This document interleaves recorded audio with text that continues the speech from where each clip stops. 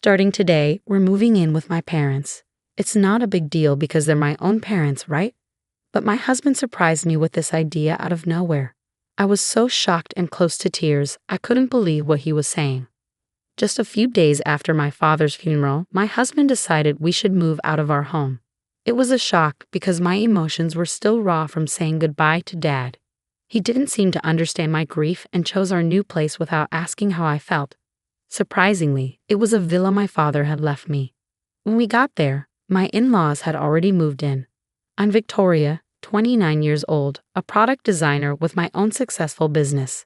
Matthew and I have been married for 5 years.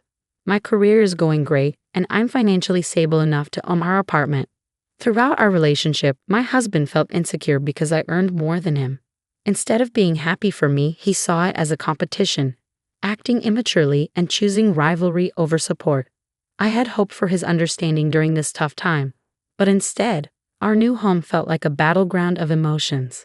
My father used to tell me not to worry about him and to focus on my marriage, but I believed it was important to spend time with him while we could. As time went on, I found it hard to hide my frustration with my husband. In the beginning, our love was strong, and we were happy together. But his insensitive remarks about my father's illness changed everything. It was difficult to accept this new side of him. My husband and I both worked from home, but he thought having me around was distracting, so I rented an office space and started commuting. It was convenient because it was on my way to the hospital where my father was being treated. Meanwhile, my husband stayed home all day and left all the chores to me. Juggling work, taking care of my father, and managing the house wore me out. Every day, I came home to find a mess and dirty dishes left by my husband. He seemed oblivious to my exhaustion and lived selfishly. Living with him made me realize he lacked empathy, leaving me feeling terribly alone. Then my father passed away. We had sold our family home as we had discussed with him. Despite being busy with funeral arrangements, my husband seemed distant, often on his phone or disappearing altogether. "Matthew, please help me, especially now," I begged, but he just got another work call. After hanging up, he laughed about all the calls he was getting. My anger and disappointment towards him grew deeper, especially with the sudden loss of my father. He became even colder, and I felt overwhelmingly sad. On the day of the funeral, he spent a long time talking to his parents away from everyone else. When they returned, they were smirking, which made me feel more isolated as others noticed their behavior. Despite everything, the cremation, burial, and inheritance processes went smoothly and the funeral ended well. After my father's death, my husband casually suggested, "Let's move in with my parents starting today. They're my parents, so it should be fine, right? If you don't agree, maybe we should think about divorce," he said with a laugh. But I couldn't stay calm after such an unreasonable proposal, especially while grieving. "How can we live there? We don't have any extra rooms in this apartment, do we?" I questioned. Actually, one room in our apartment served as an office and storage for my husband's work stuff. Since we didn't have kids, he used it freely. "We have that villa you inherited," he replied, smiling. I was shocked. Even though we had sold our family home, the villa held special memories for both my father and me. It was a place I wanted to keep as a tribute to him. But my husband didn't seem to care about my feelings and kept pushing for his own way. Living in that villa would be really tough for me. I tried to explain, but he didn't seem to listen. His parents had already ended their lease and decided to move into the villa. It seemed they had planned this during my father's funeral. Attracted by its space and peaceful location, their move was already in progress, and I felt like any objections I had would be pointless. Every time I tried to talk about my feelings, my husband would get annoyed. "You're always thinking about yourself. You've been away from home so much because of your father's illness and those sudden emergencies. Do you realize how much I've had to put up with because of your obsession with your father?" His words were harsh and unsympathetic, making my world even darker. "Now that your father has passed, you should listen to me," he went on. "It took him a whole year to die, which was way too long." His cold, heartless comments left me reeling. I didn't want to believe that this was who my husband truly was, but it was becoming painfully clear. He had little regard for my father or me. I remembered the pain on my father's face as he lay in the hospital bed. He would never have wanted me to abandon his memory just to obey my husband's insensitive demands.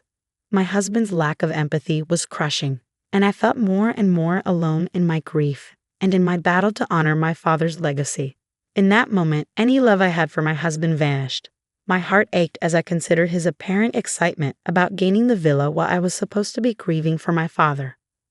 Despite the storm of emotions inside me, I kept my composure and cautioned him, "You may think living in the villa is a good idea now, but you might regret it later." He seemed determined, so reluctantly, I agreed to his plan. Taking only a few essentials, I left our home. My husband looked puzzled by my sparse belongings, but I simply told him, "I'll get the rest later." Honestly, I had no desire to say another word to him. It hurt to face my in-laws, who seemed to have eagerly awaited my father's death and were now moving into the villa with enthusiasm. I followed my husband in silence. The one thing I couldn't bear was the thought of my beloved place being subject to his whims.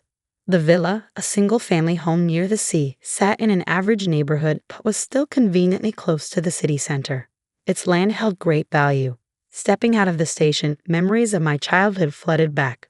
My mother was alive then, and I remembered my father carrying me home on his back after I fell asleep on the train. Arriving at the villa, I found my in-laws already inside. Suspicion crept in. It seemed my husband had secretly given them a key without telling me. This realization made me even more uneasy. The fact that my in-laws had planned their move without consulting anyone only added to my distrust. As I looked around, as I watched my in-laws, I could see the excitement in their eyes as they imagined their new life in our family home, the villa. It was filled with sturdy furniture carefully chosen by my father, with eclectic European-style furnishings likely picked out by my mother, each piece holding sentimental value. Yet, they seemed oblivious to the true beauty of the villa. "Isn't it perfect?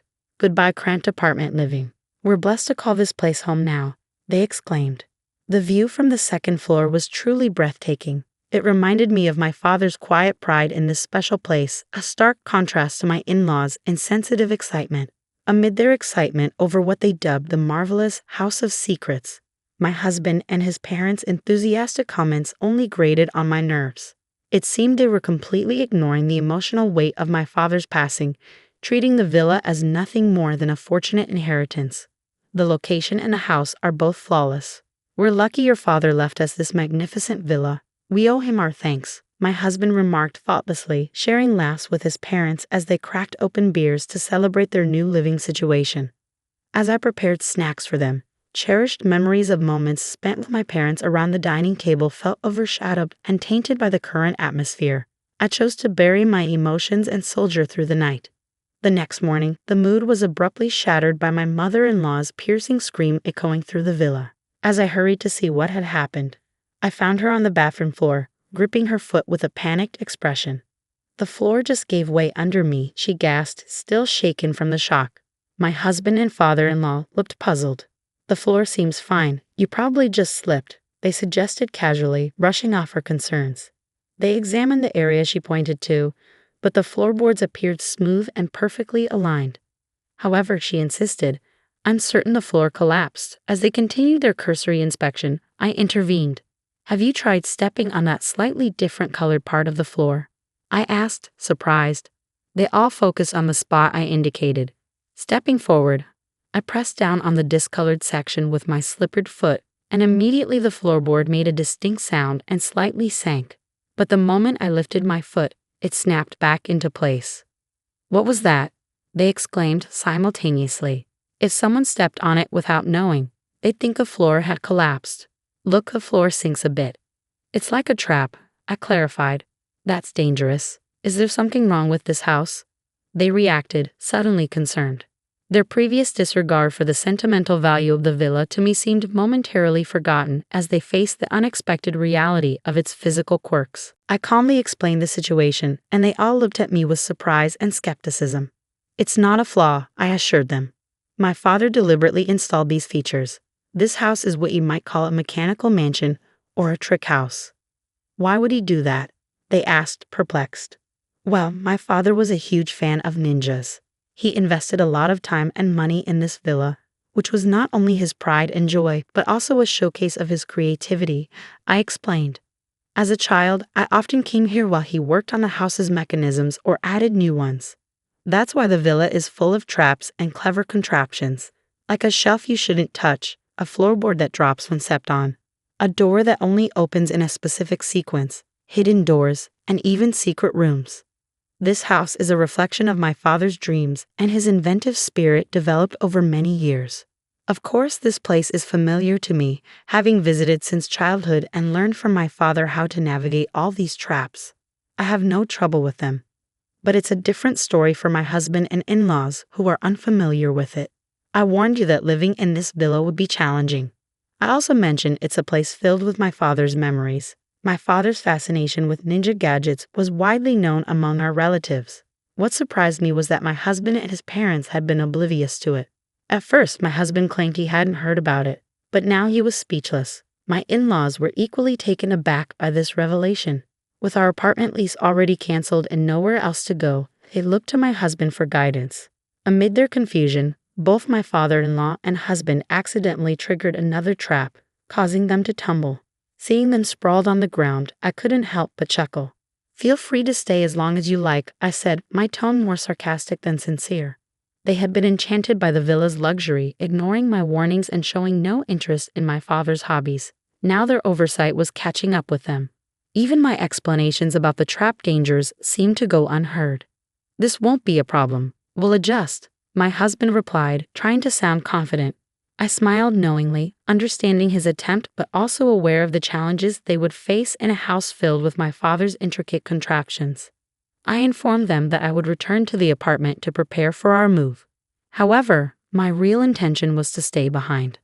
I needed some time alone to go through my father's belongings, finding comfort in the quiet. It gave me the space to gradually regain a sense of optimism and start envisioning my future. In just 2 days, my husband and in-laws had had enough of life in the villa. Meanwhile, my father's villa had become a minor attraction in the neighborhood. It was regularly featured in local newsletters as the trick mansion nestled in the residential area. Whenever the villa was occupied, curious locals and visitors, drawn by its reputation, would come to see the famous house.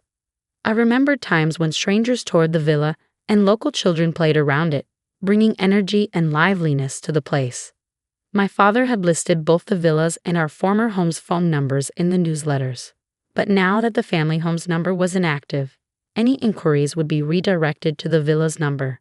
Thanks to my upbringing, I was fluent in foreign languages, which made it easy for me to handle calls from international visitors. However, my husband and in-laws struggled with this. They couldn't understand foreign languages and were already overwhelmed by the challenging lifestyle of navigating the house's many traps. Exhausted, sleep-deprived, and overwhelmed by the constant stream of unexpected visitors and challenging phone calls, they stumbled back to the apartment. "Why don't we all just live in this apartment together? Consider it," they suggested, desperate to escape the villa. They had eagerly anticipated inheriting the villa after my father's passing. But ironically, they couldn't handle living there for even 2 days. Instead of offering them tea, I handed my husband the divorce papers already filled out and stamped. "There's no way we can live together. If you understand, please leave quickly," I explained with a heavy sigh. I couldn't forgive him for his insensitivity and the way he had dismissed my feelings without discussion or explanation. He had unilaterally decided we would live with his parents. He had never shared household responsibilities with me before and had comfortably left them all to me. During our time at the villa, I felt trapped and overwhelmed, yet he seemed completely indifferent to my struggles. Facing my husband and his parents in our apartment, I realized I couldn't continue living with someone so self-centered. His actions had spoken louder than any promises he could make. "What's going on? You used to love me, right?" he asked, puzzled by my cold demeanor. I couldn't help but scoff at his naive question. How can I love someone who secretly wished for my father's death and celebrated when he passed? I replied, my voice steady and unwavering. I handed him the divorce papers and firmly instructed all 3 of them to leave the apartment. "First of all, this is my apartment. If anyone should leave, it's you," I asserted. When my husband raised his voice, disregarding the disturbance it caused our neighbors, I reminded him calmly, "Victoria, I'll call the police for trespassing if you don't leave quietly. Remember, this apartment is in my name." They fell silent, realizing the seriousness of the situation. They had relied on me for financial support, and now, with little of their own, they faced a harsh reality. Determined to cut ties before they could start their lengthy persuasions, I watched them leave. Neither my husband nor my in-laws had much in savings. After being kicked out of the apartment and unable to return to the villa, They ended up in a cheap, low-quality apartment, struggling to get by. The old apartment was so much better, they often complained. Initially, my husband felt guilty and apologized repeatedly.